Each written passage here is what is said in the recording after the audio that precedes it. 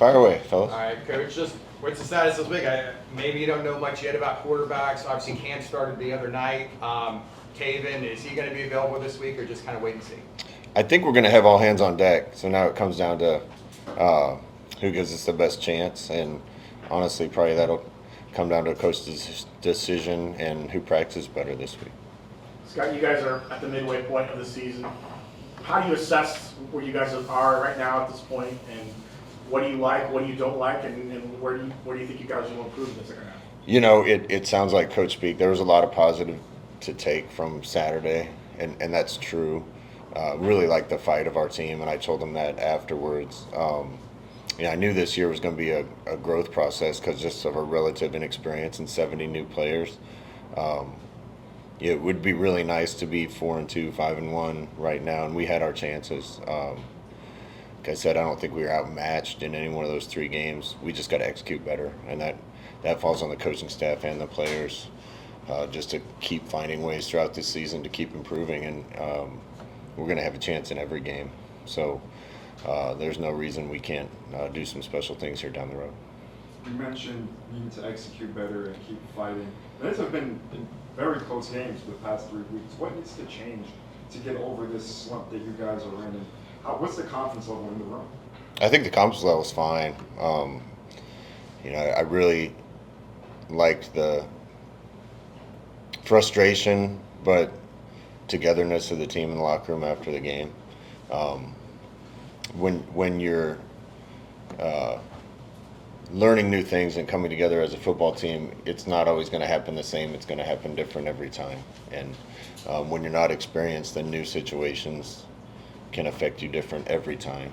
At Kansas State, I think we start very fast. At Kansas, we did start fast. And then one thing that's common is just key mistakes at the wrong times right now. And like I said, we're going to keep coaching those things, but we kind of got to be in those situations and experience them and then handle them better the next time. You just mentioned mistakes. What has to change during a week of practice to reduce or eliminate the mistakes you're seeing on Saturdays? Yeah, we talked about that a lot.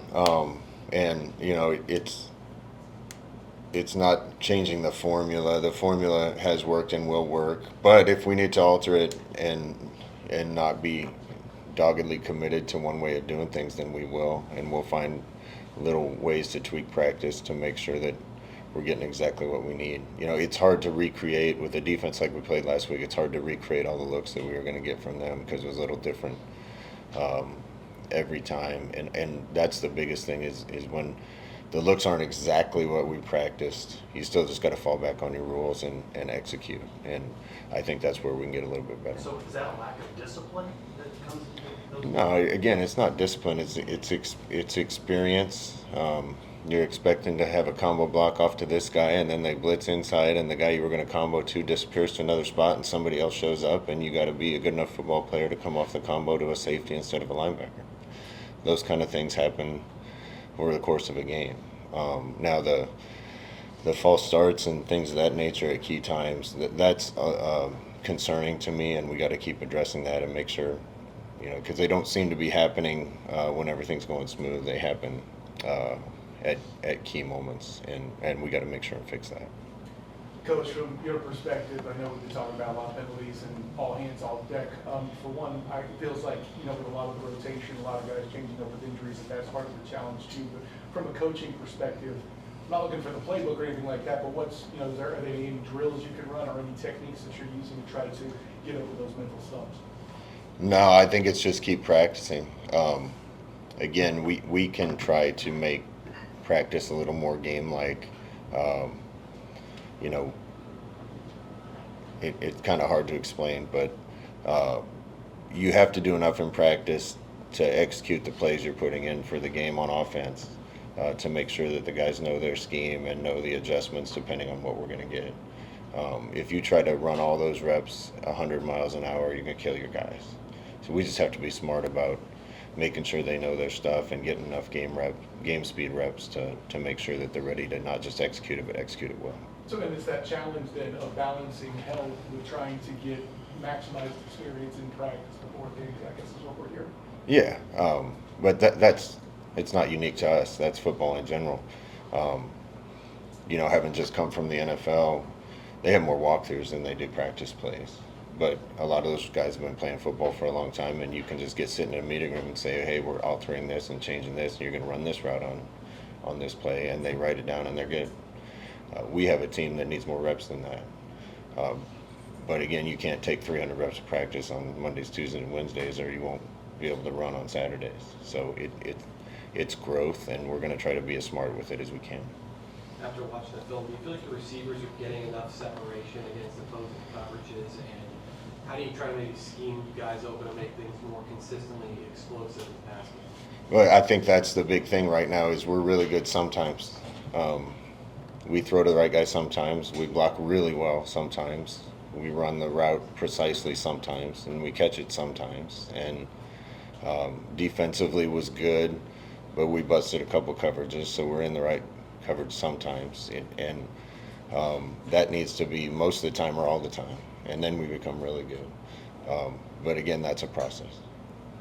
Coach, you have Rich Rodriguez coming to town this week, same position as you, returning to an old team. Just what's it like to have I guess, another kindred spirit and coaching against you this weekend? Well, First thing I want to say about Coach Rodriguez is after what happened with Coach Clark passing away, man, I got a big envelope of letters from, I think, everybody in their athletic department, individually written and signed.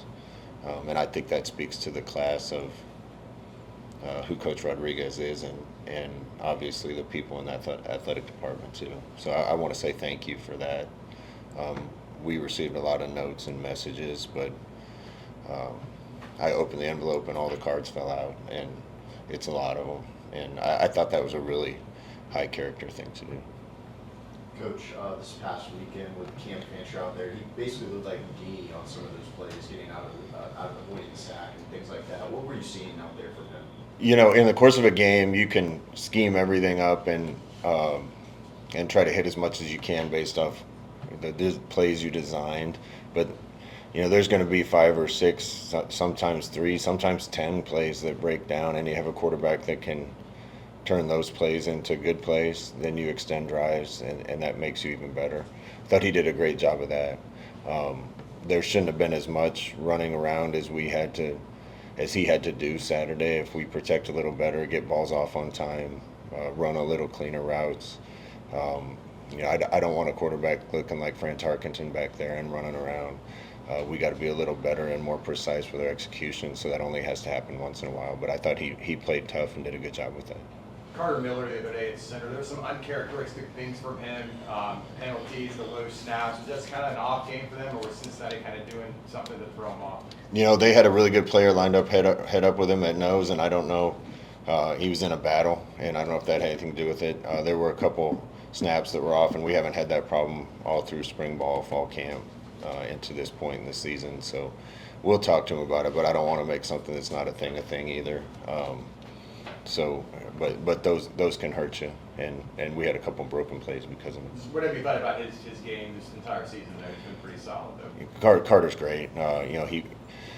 We have 70 new players. I think the coaching staff and recruiting department did a great job bringing guys in. Again, we leaned on talent, maybe over experience, because that's what we could get. I think we have a lot of talented guys. Carter is a guy definitely that we're really glad to have here, and he's one of the bell cows of what we're trying to do on offense, and hopefully will be for a while. Coaches, obviously you guys have had a positive mindset just after last game. Just more specifically, what's kind of the overall message you're sending to the team leading up to the game against West Virginia? We just got to play our best, and we got to play 4 quarters. And the guys have been close now a few weeks in a row and had opportunities 3 weeks in a row. We got to capitalize on it. And what happened in the first 3 weeks didn't affect the next 3, and what happened in the last 3 won't affect the next 3. So we're a 500 football team right now. We got a chance this week to try to be 1 over 500 if we play well, and that's what we need to focus on, doing little things a little better this week and trying to improve. Coach, going back to the quarterbacks, you mentioned a little while ago that felt like a revolving door between all the injuries. Now going into this week, after seeing both Taven Jackson and Cam Fancher get real playing time and being able to establish themselves on the field, is it going to feel a little bit different kind of choosing quarterback than, say, against Jacksonville State? Well, this is the first time we've kind of had both those two guys since game one, since the first quarter and a half, I guess, of game one. Both guys healthy, and I think you guys can see now through limited reps compared to what we've seen, what we thought coming out of camp. Both guys do some things really well and are good enough to help us win if we play well around them and execute well. So, again, we'll let them compete in practice this week, and it'll probably be a coach's decision. Scott, with having so many injuries at quarterback and rotating guys, have you guys found yourself having to limit your playbook a little bit, or are you still pretty much giving everything open for everyone, just they're just not able to handle it? With the relative inexperience in the scheme, with everybody in our program, this is year one for everybody in our scheme, offensively and defensively. We're trying to limit the total number of plays that we go into a game with a little bit. The biggest difference to me is just the inability to really make adjustments, and that'll come. But some of the concepts that we have that we should be able to run out of any formation against anything, it should be a go over to the sideline and tell them, instead of running this, we're running this, or we're running the same thing out of this formation, and it ought to be done. But we're still growing in that, and that's typical year one stuff. You loosely referred to it earlier, your coach, but with the pass game, had nearly 40 minutes of time of possession. What challenge does that bring as you're coaching through that? Now that you've seen the film and all of that, and what's some of the stuff you can take, perhaps maybe to apply to the next week? We have to not make critical errors on drives that stop drives, and we did that several times. And then if you watch Cincinnati and as aggressive as they are, when the game's tight, other teams hit big plays on them, and we didn't hit enough explosives. We had opportunities to. We hit one explosive and we're lined up wrong. Like, we dropped a ball. We had a deep ball that was wide open, and we kind of underthrew it a little bit. After they got up 14 points, we weren't going to get behind them as much, and then we just kind of had to earn it. But the week before, KU, or 2 weeks before, KU hit a 93-yard pass and a 75-yard pass, and we had our chances to do that, and we didn't connect on them, which meant we had to sustain drives, and we did that until we didn't. And it's got to be more consistency and a little more explosiveness. Stacey Gage saw some action in this one. What does he bring to your offense? He brings depth. He's a really talented player. He's growing up too, and we got to make sure that he's doing the right thing with exactly the right technique all the time. But again, that's not unique to him. That's kind of who our team at least was at the start of the season, is a lot of young guys with some talent that are learning how to do this the right way. And Stacey will continue to get better. What does he bring different than Miles? I really like our running back room. Miles is a warrior. Jaden's been huge for us with some of the big plays that he's able to create. Stacey's a little bigger and more powerful, but kind of the same type of back as the other two.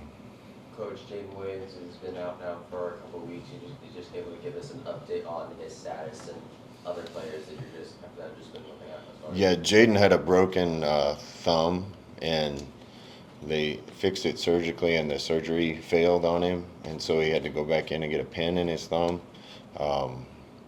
It'll probably be another couple weeks is the last report that I got. So he's got to get the pin out of his thumb, and then I think he'll hopefully be able to come back and help us. West Virginia, like you guys, has overturned virtually its entire roster. They've also had a lot of injuries throughout the course of the season. What are you noticing on film about what they do well and how they've adapted to all the things that happen in their season? Well, offensively, I know it's been said a lot, but I think Rich Rod was one of the guys that kind of changed what college football looks like.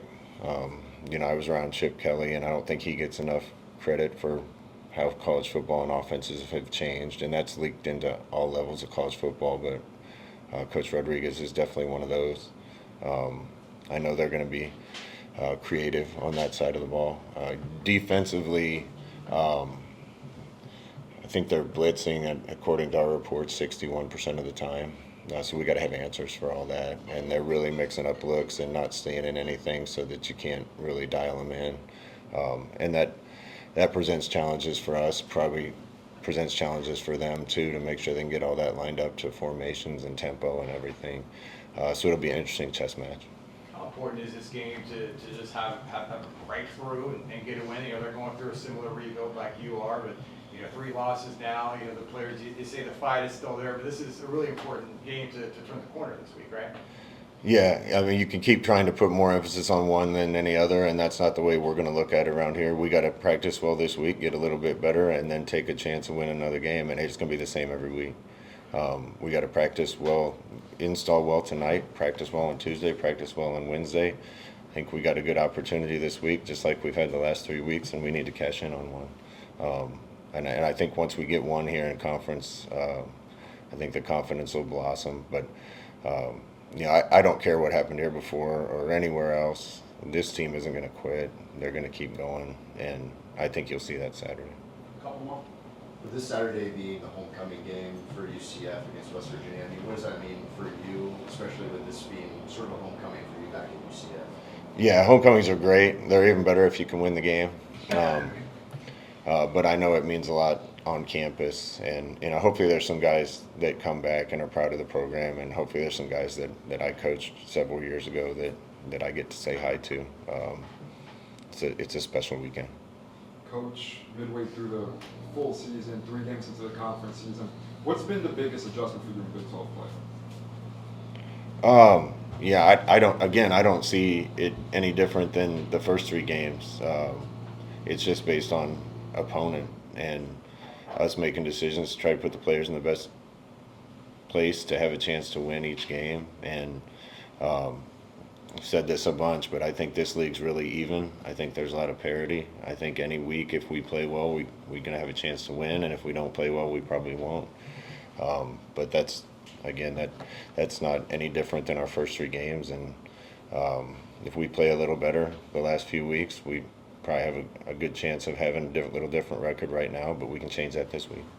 Scott, what stood out to you about your defense so far in the first half of the season? I mean, they seem to be the group that seems to really have kind of gelled quickly through the first half.